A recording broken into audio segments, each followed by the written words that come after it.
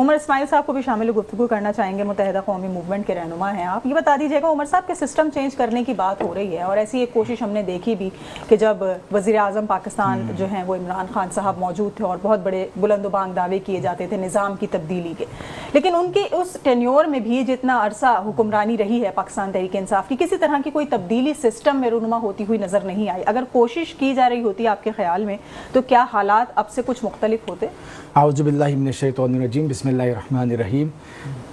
سب سے پہلے تو کراچی شہر جو ہے وہ سب سے زیادہ ریونیو دیتا ہے نا. یہ باتیں تو ہم بہت سارے ٹی وی چینل میں بیٹھ کے سن بھی رہے ہوتے ہیں، اور یہ بات پورے پاکستان کو پتہ ہے کہ اگر کراچی کا پہیہ چلتا ہے تو پورے پاکستان اپنے جو ہے وہ پیروں پر کھڑا ہوا ہے. اچھا، تبدیلی کی جو نعرے تھے، جو وعدے تھے، جو باتیں تھیں 2018 میں جس طریقے سے بھی مینڈیٹ دیا گیا، جو بات آج 2024 میں ہو رہی ہے، 2018 میں بھی اس قسم کی جیلی مینڈنگ ہوئی تھی. جس طریقے سے ووٹ دیا گیا تھا یہ سب کو پتہ ہے کون سی طاقتیں لے کر آئی تھیں. یہ تو خیر ایک دیگر بات ہے. آپ کو کراچی میں موقع نہیں ملا، آپ کو سندھ میں موقع نہیں ملا، آپ کو موقع ملا پنجاب میں. پنجاب میں آپ کو وزیر اعلیٰ تھا، کوئی ایسا ایک پروجیکٹ خیبر پختونخوا پچھلے 2013 سے آپ کے پاس ہے. تو یہ ساری باتیں صرف وعدے ہیں نا، یہ صرف باتیں تھیں جو کہ نعروں اور جلسوں کی حد تک محدود تھی. دیکھیں عملی کام صرف ایم کیو ایم پاکستان نے کیا ہے نا. ایک جماعت کا دعویٰ تھا کہ وہ گورنر ہاؤس کو یونیورسٹیز بنائے گی، گورنر ہاؤس کو یونیورسٹیز ایم کیو ایم کے گورنر نے بنایا نا. آج آپ کی بھی پہنچ ہے گورنر ہاؤس میں، آج میری بھی پہنچ ہے، آج کراچی کے ہر شہری کی پہنچ ہے. آج الحمدللہ گورنر سندھ کامران ٹسوری صاحب ہزاروں بچوں کو آئی ٹی کے کورسز کروا رہے ہیں. انہوں نے رونا نہیں رویا کہ ہمارے پاس اختیار نہیں ہے. گورنر سندھ کے پاس بھی اختیار نہیں ہے، لیکن انہوں نے، ان کا جذبہ تھا، ان کا انیشیٹو تھا، انہوں نے اس بات کو سمجھا کہ میں اپنی ذات سے کیا کر سکتا ہوں. تو آج الحمدللہ 50,000 بچوں کی ایک سلاٹ جو ہے وہ ابھی آئی ٹی کے کورس کمپلیٹ کر چکی ہے، جن کو نوکری کے مواقع بھی ملیں گے. دیکھیں بیسیکلی الزام تراشی تو بہت ہوتی ہے کہ ہم نے جو ہے وہ الزام لگا دینا ہے دوسری سیاسی جماعتوں پہ. ایم کیو ایم پاکستان کو ہی موقع ملا تھا نا، اس کراچی شہر کی تقدیر بدلی تھی. آج عباسی شہید ہاسپٹل کی آپ حالت دیکھنے جا کے غریب کا بچہ بھی علاج نہیں کرا سکتا. لیکن جب ایم کیو ایم پاکستان، جب اتنا کچھ کراچی کے لیے ایم کیو ایم پاکستان نے کیا ہے تو پھر آخر کیوں کراچی والے ایم کیو ایم پاکستان کو ایک مرتبہ پھر ایوان میں بھاری اکثریت نہیں دلوا سکے؟ لیکن کراچی کے لوگوں نے تو الحمدللہ ایم کیو ایم پاکستان کو بھاری اکثریت دی ہے. آج بھی کراچی شہر کی سب سے بڑی نمائندہ جماعت ایم کیو ایم پاکستان ہے. اور جو ابھی بات ہو رہی ہے کہ مردم شماری کے حوالے سے، سب سے پہلے تو مردم شماری کے لیے ایم کیو ایم نے آواز اٹھائی ہے. پی ٹی آئی کی گورنمنٹ میں بھی سب سے پہلے نوٹ جو ہے وہ ہمارے جو چیئرمین ہیں خالد مقبول صدیقی بھائی، انہوں نے کیا.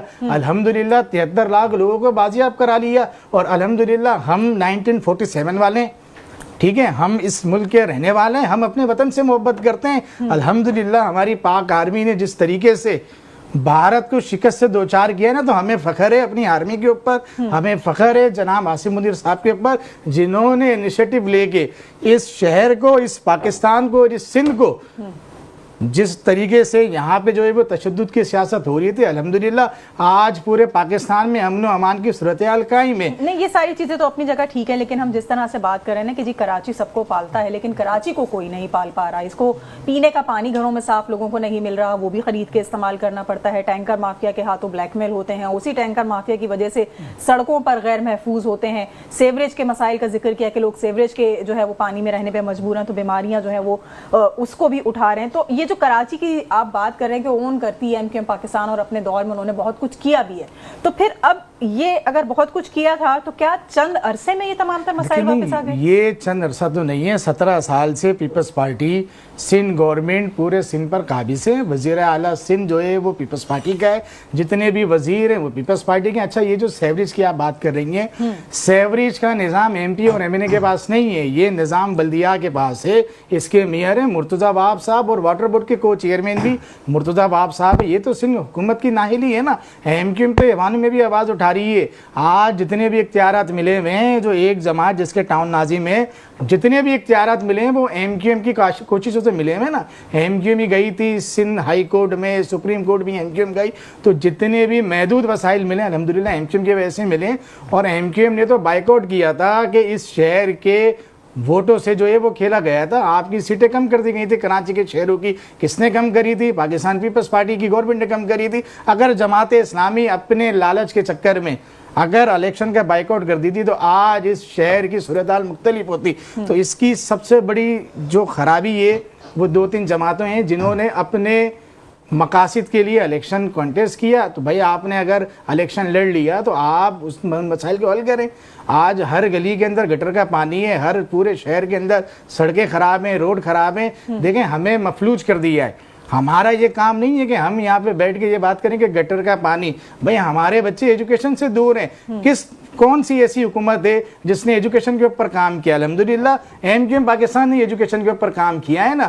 ہم نے اپنے بچوں کو خود مختار بنانا ہے, ہم نے اپنے بچوں کو مستحکم بنانا ہے. آج بھی ہر گلی کا بچہ, ہر بندہ یہی بات کر رہا ہوتا ہے. یہ ہماری ذہنی سوچ مفلوج ہو چکی ہے کہ ہمیں گٹر کا پانی چاہیے, ہمارے گھر میں بجلی نہیں ہے. بھائی اس سے آگے کا سوچنا ہوگا. لوگوں کو جب بنیادی مسائل میں الجھا دیں گے تو اس سے آگے کا سوچیں گے. یہی تو پلاننگ ہے. بریک لینے کے لیے مجھے کہا جا رہا ہے, بریک لیتے ہیں, بریک کے بعد واپس آئیں گے تو تمام مہمانوں سے گفتگو کا سلسلہ یہیں سے شروع کریں گے. ہمارے ساتھ